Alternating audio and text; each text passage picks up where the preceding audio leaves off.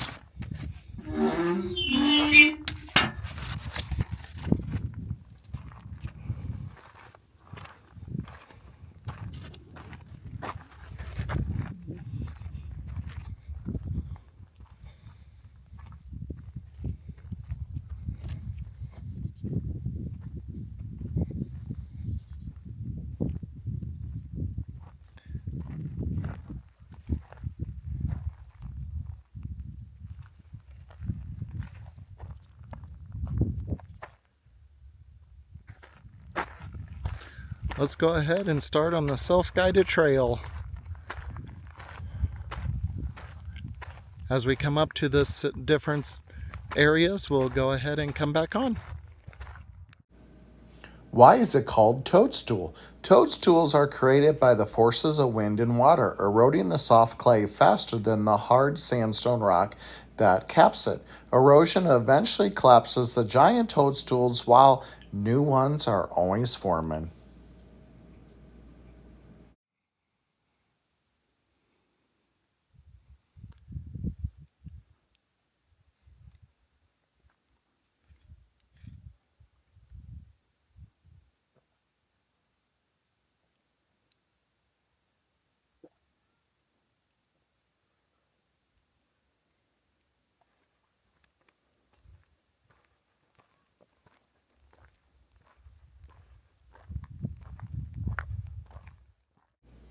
Travel over gravel. Volcanoes to the west periodically blanketed this area with ash. Water from rain and snow dissolved the ash and seeped into cracks in the clay when it crystallized. The width of the cracks is the thickness of the gravel pieces. As clay eroded, the hardened minerals and bone fragments of long dead animals began to become exposed. Notice the dark, jagged gravel beneath your feet. This desert pavement is a coarse mixture of silicon dioxide, the same compound as glass, and fossil bone fragments. Can you detect the bone chips or fossil fragments behind your feet?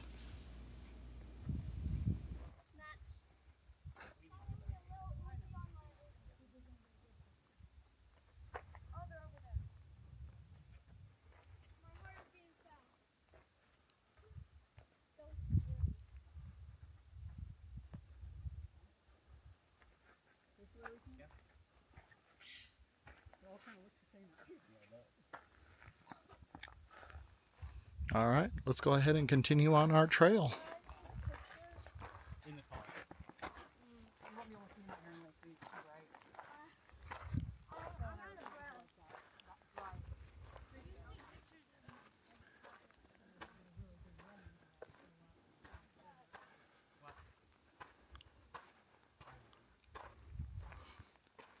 Just a unique landscape out here.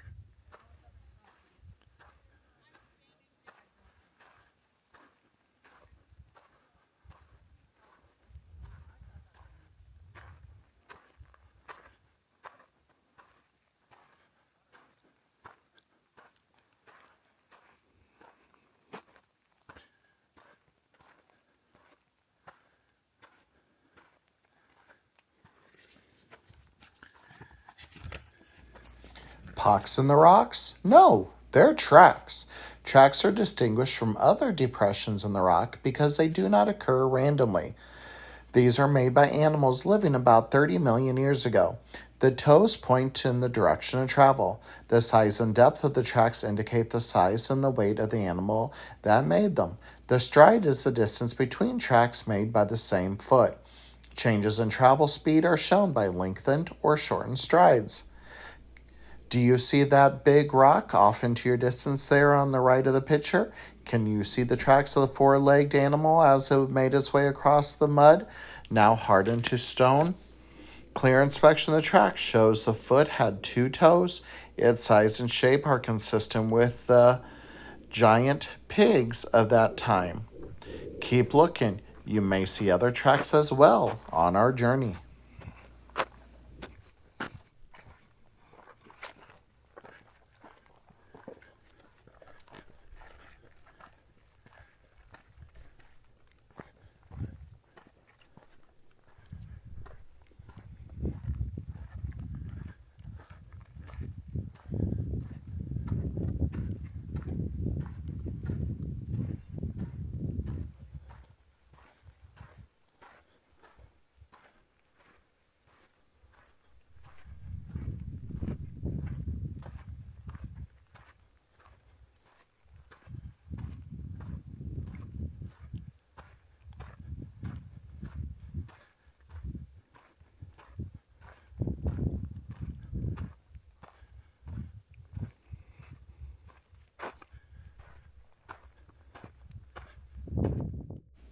Water's cutting edge. Over time, rushing water has cut away the underside of this cliff.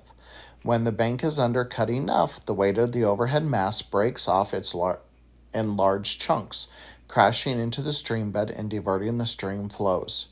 These badlands erode away at an average of an inch per year. How much change has occurred since you were born? Seasonal flooding filled prehistoric tracks with mud and silt, preserving them. What tracks do you leave for future visitors to discover? All right, we can either go back to Toadstool Loop Trail, which takes us back to where we started, or we can go on the Bison Trail. So we're going to go ahead and we're going to head on the Bison Trail for a little bit. So we are going to head this way.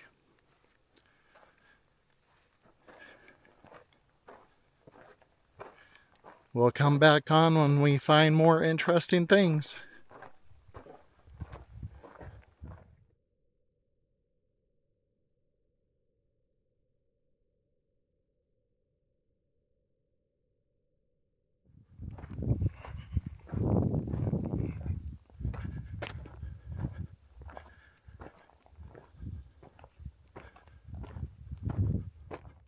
So currently we are walking in the creek bed.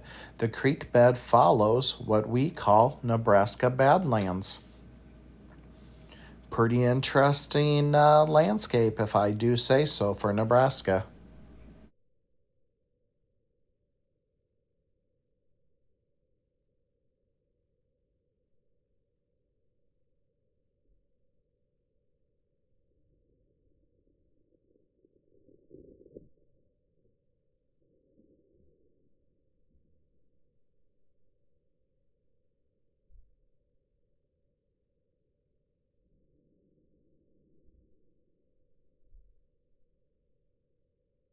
All right, everyone.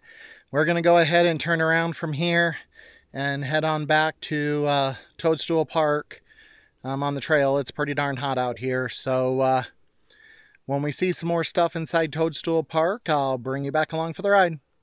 Catch you later. We are back to the Toadstool Trail. So we're going to continue our journey down this way.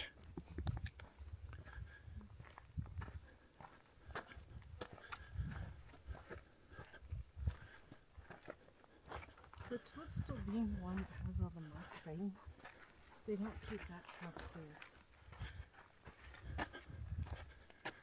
I don't like it at all.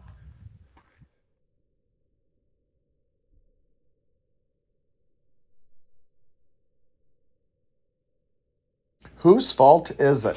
Well, no one's really. A geologic fault occurs when underground stresses cause the Earth's crust to fracture. Small shifts may go unnoticed, while large movements cause major earthquakes. Rock layers and colors abruptly change at the fault line. Looking across the drainage, notice the horizontal band of rocks in the cliff face. The band ends suddenly, then continues on approximately 30 feet lower.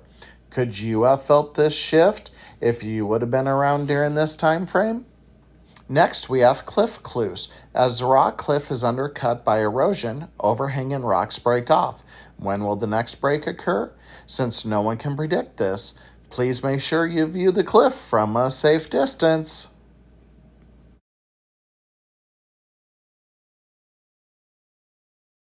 Prehistoric pictures. By now you've noticed two kinds of rock, a light buff colored claystone and a darker sandstone. The claystone is softer than the sandstone. The sandstone was formed as a sandbar in the river that flowed 30 million years ago.